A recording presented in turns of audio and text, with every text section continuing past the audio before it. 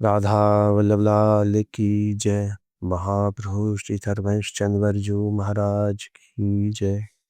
श्री सेवक जी महाराज की जय।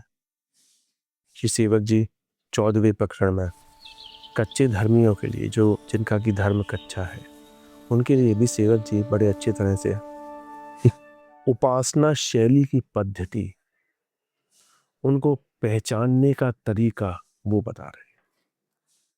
कच्चे धर्मियों के लिए वो ये कह दे रहे हैं कि जो गुरु दीक्षा तो ले लेते हैं, कंठी तिलक आदि को धारण भी करते हैं, बाहर के आचरणों से तो वो वैष्णव बन चुके हैं, पर अंतर्मन जो है अभी तक वैष्णवता का नहीं हुआ है।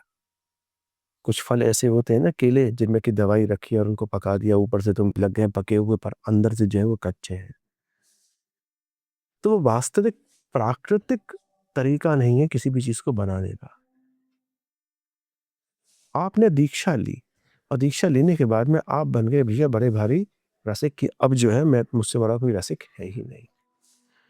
ऊपरी आडंबर आपने कुछ भी कर रखा है, तिलक कंठी माला सब लगा रखा है, पर अंतर से वो सबसो हित निष्काम मति वाली भावना अभी तक आपकी है ही नहीं। तो उनके लिए, वे काचे धर्मियों के लिए बड़े अच्छे तरह से बता रहे हैं, भैया पहले तो आपने जब दीक्षा ली तो दीक्षा का बीज कभी भी भाड़ में जो है वो नहीं बनता। मिट्टी शुष्क हो, सूखी हो, आप डाल दें उसमें बीज, नहीं हो पाएगा। पहले तो सरलता का, नम्रता से आपको उस मिट्टी का सिंचन करना पड़ेगा, उसको गीली करनी पड़ेगी, भिजोनी पड़ेगी, तब प्रभु कृपा से ही वह बीज अंकुरित भी हो सकता है।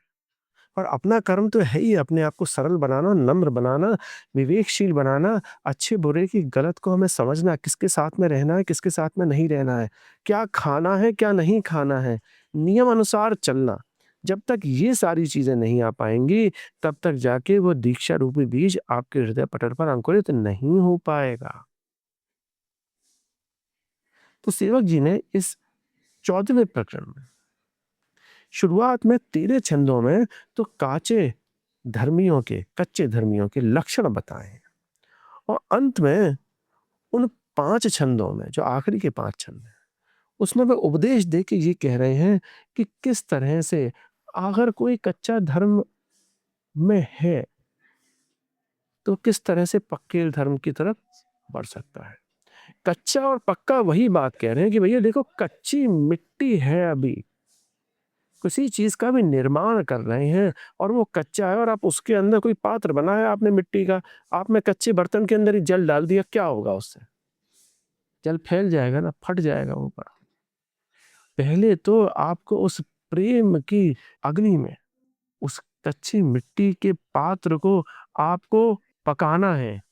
जब तक आप नहीं पकाओगे तब तक वो प्रिया जी के चरणार विंदन का रस उसमें कैसे ठहर पाएगा।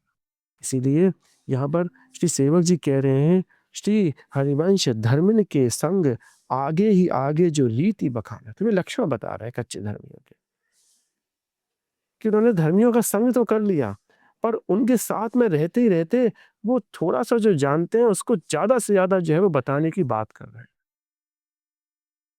ये कच्चे धर्मियों के लक्षण बता रहे हैं। फिर आगे कहते हैं वो, और जो दीक्षा लेने के बाद कुसंग करें या फिर दीक्षा में जो वही तो है भैया, यही सारी चीजें तो हो रही है। ये जी महाराज ने ज्यादा शिष्य बनाए नहीं अपने, क्यों? वो जानते थे इस चीज को। कोई भी जो बड़े होते हैं वो ज्यादा अपने ऊपर भार नहीं डालते हैं, वो दो चार ही अपने ऐसे बना के छोड़ देते हैं कि उन दो चारों की ऊपर ऐसी कृपा कर देते हैं जो कि सारे संसार को जो है वो तार देते। तो इसीलिए इसमें बड़ा महत्व है कि कैसे आपको वो कच्चेपन से आपको उस पकी मिट्टी की तरफ जाना है। तो वो लक्षण बता दे रहे सेवक जी की, बड़ी भारी कृपा है।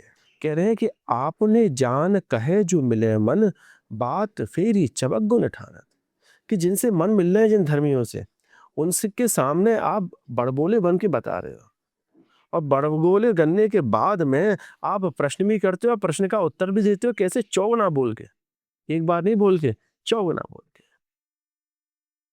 देखो उस दिन हमने बताई थी ना, सेवक वाणी कोई ऐसी वैसी नहीं है, ये रूल बुक बना रहे हो आप। सेवक वाणी तो ऐसी है वाणी जी, जो कि आपको करनी है, कहनी तो बाद की बात है, आपको करनी है। और इसमें सिर्फ और सिर्फ यही कह रहे हैं कि आपको सरल बनना है, आपको विनम्र बनना है।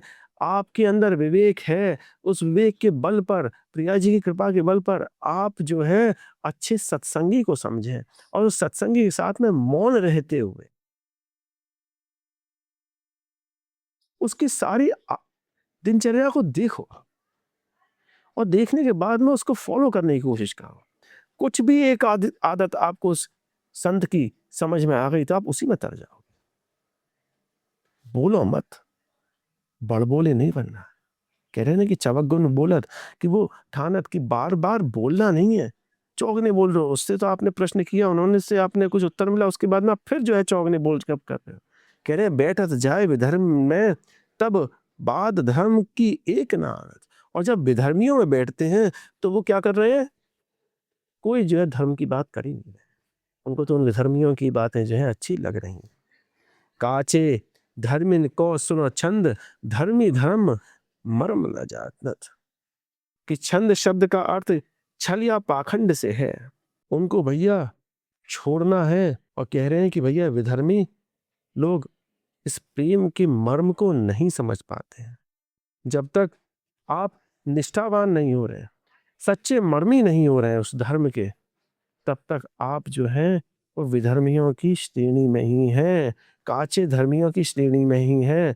आप ये समझ लीजिए कि जो कर रहे हैं वो व्यर्थ है।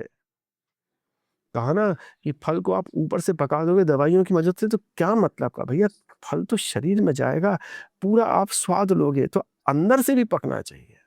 समय लगता है हर चीज में, कच्चे से पक्के तक बनने में समय लगता है।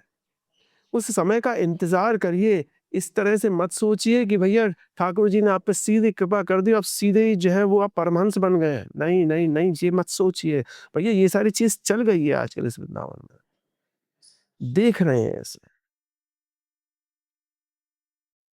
ये चीज आप प्रत्यक्ष देखने को मिलेगी।